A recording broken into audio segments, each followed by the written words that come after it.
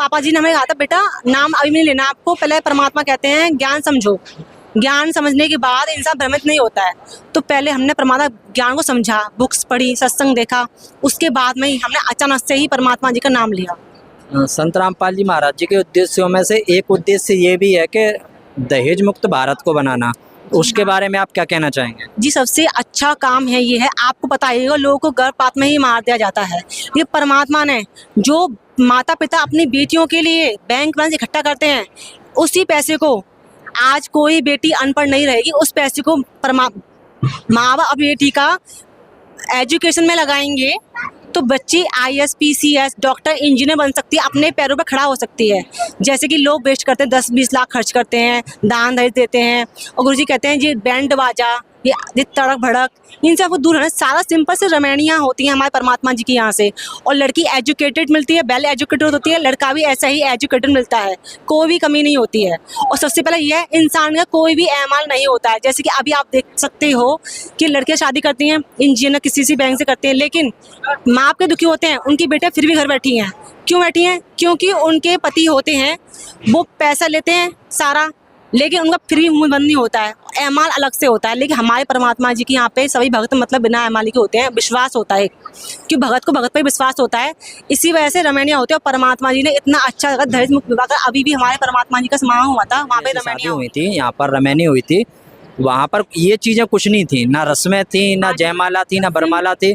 तो ऐसी शादी क्या आपको पसंद आएगी? ना डीजे था, ना बाराती थे। हाँ जी बिल्कुल पसंद आएगी, क्योंकि भगत को ही सिंपल ही गुरुजी कहते हैं हमें रास्ते में जाने से पहले कम से कम सामान लेके जाने से, अगर मोक्ष की प्राप्ति चाहिए तो ऐसे ही हमें इन मोक्ष की प्राप्ति तब होगी जब इन रस्मों को साइड से रखेंगे और सिंपल तरीके से शादी रमैनी करेंगे। हमारे तो जो आपकी बहन की शादी हुई थी, वहाँ पर 1 महीने पहले से तैयारियाँ हुई होंगी, वहाँ पर बाराती आए होंगे, दावत हुई होगी, बहुत सारे आइटम आपने देखे होंगे, हल्दी वगैरह तेल वगैरह की रस्म की होगी। तो उनकी जगह ये आपे नहीं लगता है कि वो हमारी भी होनी चाहिए? जी नहीं बिल्कुल नहीं, वो तो सिर्फ उस टाइम हम अनजान थे ना, हम ज्ञान से परिचित हैं। परमात्मा ऐसा ज्ञान देते हैं, अपने परमात्मा जी ऐसा ज्ञान दे रहा है हमको, एक एक भगत को परिचित करा कर, क्योंकि हम परमात्मा के संरक्षण में हैं, संत रामपाल जी हमारे संरक्षण में है। तो हम ऐसा सोच भी नहीं सकते कि हमें अपने ज्ञान के अकॉर्डिंग ही चलना है।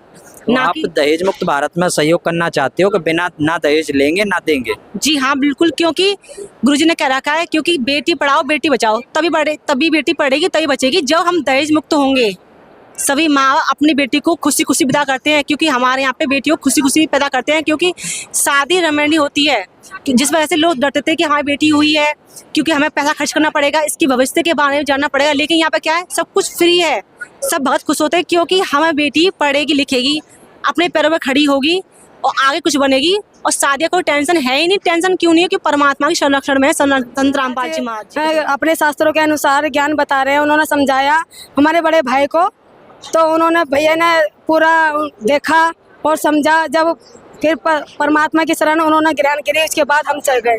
तो संत रामपाल जी महाराज जी के जुड़ने के बाद कोई ना कोई आध्यात्मिक, शारीरिक या मानसिक लाभ होते हैं, आपको क्या लाभ प्राप्त हुए? हाँ भगत जी, मुझे बहुत ज़्यादा तबीयत खराब रहती थी। जब पहले मैंने संत रामपाल जी महाराज जी के शरण में नहीं थी, पहले मेरे दोनों गुर्दों में पथरी थी, वो एक 9 mm की थी और एक 3 mm की थी। तो मैंने बहुत दवाइयाँ खाई, मुझे कहीं से भी आराम नहीं मिला। और भगत जी मेरी पूरी बॉडी में इन्फेक्शन 10,000 था, पूरी बॉडी के अंदर। डॉक्टरों ने सबने मना करते थे कि ये बच्ची नहीं बच पाएगी। संत रामपाल जी महाराज जी की शरण ग्रहण करी मैंने, और संत रामपाल जी महाराज जी से प्रार्थना लगवाई, और परमात्मा ने ये कहा कि परमात्मा दया करेंगे। और उस दिन से आज है, मेरे डॉक्टरों ने ये कहते थे कि ये खून चेंज होगा, जितना भी है, वैसे तो खून था ही नहीं, तो इन्फेक्शन की वजह से खून नहीं रहा था। परमात्मा की दया से ना तो मैंने 1 रुपए की दवाई खाई और ना मैंने खून चढ़वाया, और परमात्मा की दया से आज 12 पॉइंट मेरे अंदर बॉडी के अंदर खून है। घर परिवार के अकॉर्डिंग जुड़े थे, जैसे मेरे माता पिता ने नाम लिया था, फिर हमने भी ज्ञान समझा, फिर हम भी संत रामपाल जी महाराज जी की शरण में आ गए। तो संत रामपाल जी महाराज जी से जुड़ने से पहले आपके पिताजी कोई नशा वगैरह करते थे क्या? हाँ जी, संत रामपाल जी महाराज जी की शरण में आने से पहले मेरे पापा बीड़ी, तम्बाकू और शराब भी पी लिया करते थे। और संत रामपाल जी महाराज जी से जुड़ने के बाद उसके बाद मेरे पापा ने पीना खाना तो छोड़ो, उस चीज़ों को हाथ लगाना भी बंद कर दिया। और जो साथ में उनके जो सहपाठी वगैरह थे वो लोग उस चीज़ को ग्रहण करते थे, उनको भी समझाते थे, उनको भी बताते थे कि ये सब चीज़ गलत है, और उनका सहयोग करना भी दूर बंद कर दिया था मेरे पापा जी ने, और अभी भी कुछ भी नहीं करते अब। तो जैसे आजकल बहन बेटियों को दहेज के रूप में बहुत सारे प्रताड़ित की जाती हैं, मार भी दिया जाता है। तो आज यहाँ पर शादियाँ हुई थी, तो उनके बारे में आप क्या कहना चाहेंगे कि जैसे आपके गांव शहर में लाखों रुपए खर्च करके शादियाँ होती हैं, तो जो दहेज मुक्त शादियाँ संत रामपाल जी महाराज जी के आश्रम में होती है, उनमें ना दहेज लिया जाता है ना दिया जाता है, उसके बारे में आप क्या कहना चाहेंगे? इस बारे में बस हम ये है कि हमारे गुरुजी हैं जो दहेज मुक्त समाज बना रहे हैं। जो दहेज के कारण बेटियों को जितना पीड़ित किया जाता है, एक तो दहेज जो देते हैं ना घर वाले, वो अपने पूरी जीवन भर की कमाई दे देते हैं जब अपनी बेटी की शादी करते हैं। उसके बाद भी उसके ससुराल वाले उसे इतना पीड़ित करते हैं कि एंड में वो बेटी तंग होके ना सुसाइड होने पे मजबूर हो जाती है।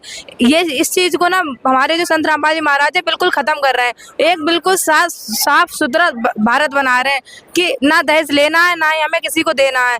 एकदम सिंपल तरीके से शादी करनी है, जिसे हम लोग रमेनी बोलते हैं। तो संत रामपाल जी महाराज जी से कोई भी जुड़ना चाहता है तो वो कैसे जुड़ सकते हैं?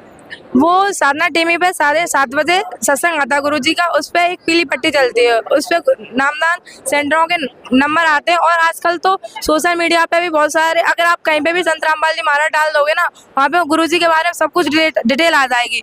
तो आपको उन नंबरों पे कांटेक्ट करके आप अपने आसपास के नामदान केंद्र, क्योंकि गुरुजी के ना हर जगह नामदान केंद्र खुल गए, ज़्यादातर हर जगह लगभग 550 के समथिंग गुरुजी के नामदान केंद्र देश में ही नहीं विदेशों में भी हैं। तो आप उनसे कांटेक्ट करके उसके बारे में जानकारी थोड़ी सी लेके अपने आसपास के नामदान केंद्रों से भी नाम दीक्षा ले सकते हैं। संत रामपाल जी महाराज जी से जुड़ने से पहले कोई फीस वगैरह रसीद वगैरह भी कटानी पड़ती है क्या? जी नहीं, गुरुजी से नाम लेने से पहले, संत रामपाल जी महाराज जी से नाम लेने से पहले आपको ना लेने से पहले ना लेने के बाद कभी भी एक पैसा भी नहीं लिया जाता। हर चीज़ यहाँ पे, आप भंडारा करने आओगे, यहाँ पे घूमने आओगे, देखने आओगे, कुछ भी सोने के लिए व्यवस्था, हर चीज़ की व्यवस्था, उसके लिए आपसे एक पैसा भी नहीं लिया जाता। आगे ना पीछे कभी नहीं लिया जाता आपसे पैसा।